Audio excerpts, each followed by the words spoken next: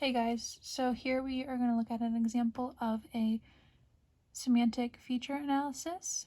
Here on my graphic I have a title, which is characteristics of different art movements, the objective, which is going to be the goal that the student has during this assignment, and then here we have our vocabulary, which are art terms: impressionism, post-impressionism, cubism, fauvism, and expressionism.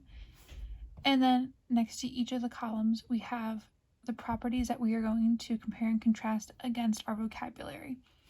So a strength of this strategy is being able to use this before reading or after reading. So students can use their prior knowledge for you to analyze their answers in this graphic organizer, for them to be able to come back to the reading and then come back to the chart after reading, so that way they can see what they've learned from the text. Or if you were to use it for after reading, you can just analyze what they've learned through the text and use it as like a summative assessment.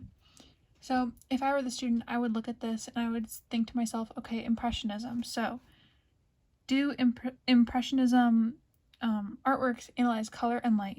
Yes, they do. So I would just put a Y in this column. Do they use color palettes from nature? Yes, they do. Are they influenced by primitive art? No, they are not. So I would put an N for that. Do they use varied media? No, don't think so. So I'd have an N.